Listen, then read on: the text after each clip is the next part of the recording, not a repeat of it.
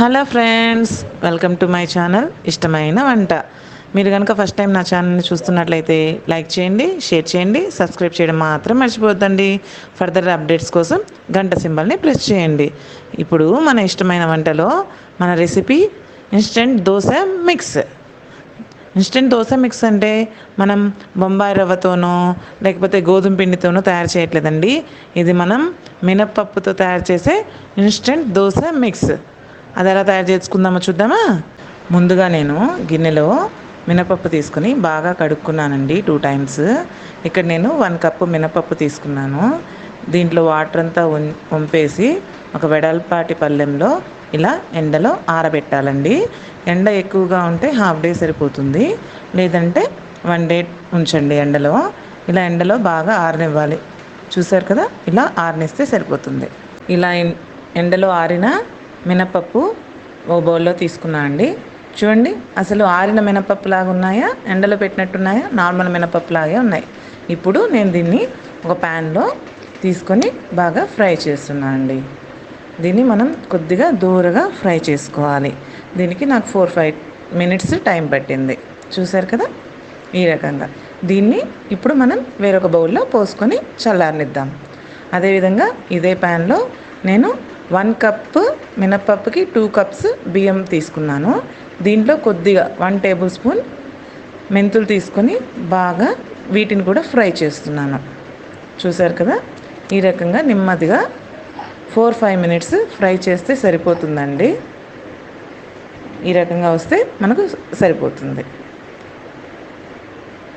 దీన్ని కూడా మనం సేమ్ బౌల్లో, అంటే ఇంతకుముందు మినపప్పు తీసుకున్నాం కదా, ఆ బౌల్లో తీసుకుంటే సరిపోతుంది. ఇప్పుడు నేను అదే ప్యాన్లో అటుకులు తీసుకున్నాను.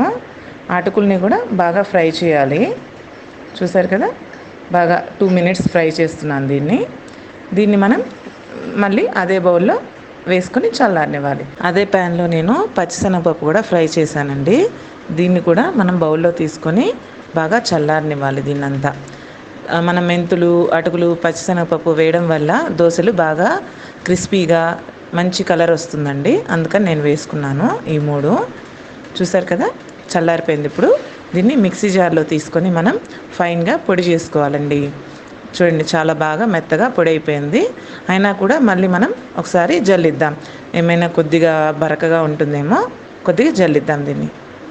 చూసారు కదా, జల్లించామండి. బాగా ఫైన్గా వచ్చింది. మినపప్పుతో చేసిన ఇన్స్టెంట్ దోశ మిక్స్ రెడీ అయిపోయింది. మీ పిల్లలు ఎప్పుడైనా దోశ కావాలి మమ్మీ అని అడిగారనుకోండి, దీంతో రెడీ చేసి దోశలు ఇచ్చేయచ్చు. హ్యాపీగా తింటారు వాళ్ళు, మినప దోశలాగానే. ఇప్పుడు దీన్ని ఎలా తయారు చేసుకుందామో చూద్దాం. ఇక్కడ నేను 1/2 కప్పు ఈ దోశ మిక్స్ని తీసుకుంటున్నాను. దీనికి సరిపడా ఉప్పు చేరుస్తున్నాను. దీనికి నేను కొద్దిగా మజ్జిగని యాడ్ చేస్తున్నాను అండి. అదే కనుక మీరు నైట్ పూట ఈ దోశ మిక్స్ని కలుపుకుంటే మీరు మజ్జిగని కానీ పెరుగుని కానీ యాడ్ చేయాల్సిన అవసరం లేదు. ఇప్పటికిప్పుడు చేస్తున్నాను కాబట్టి నేను మజ్జిగని యాడ్ చేస్తున్నాను. దీనికి కొద్దిగా నీరు చేరుస్తూ బాగా ఫైన్గా కలుపుకోవాలి. చూసారు కదా, ఈ రకంగా బాగా ఫైన్గా కలుపుకుంటూ మనం దోశ పిండిలాగా కలుపుకోవాలి. రెడీ అయిపోయింది కదా, దోశ పిండిలాగా కలుపుకోవాలి. దీన్ని ఇప్పుడు మనం పెన్నం మీద ఆయిల్ వేసుకొని దోశలాగా పోసేసుకోవడమే. 3 months వరకు దీన్ని స్టోర్ చేసుకోవచ్చు. ముందుగా మీరు పిండిని ఒక 1 అవర్ నానబెట్టి పోసుకుంటే చాలా బాగుంటాయండి. చూడండి, ఇలా దోశలు ఎంత బాగా కలర్ఫుల్గా క్రిస్పీగా ఉన్నాయో. మీరు కూడా ఒకసారి ట్రై చేయండి. ఎలా వచ్చాయో నాకు కమెంట్ చేయండి.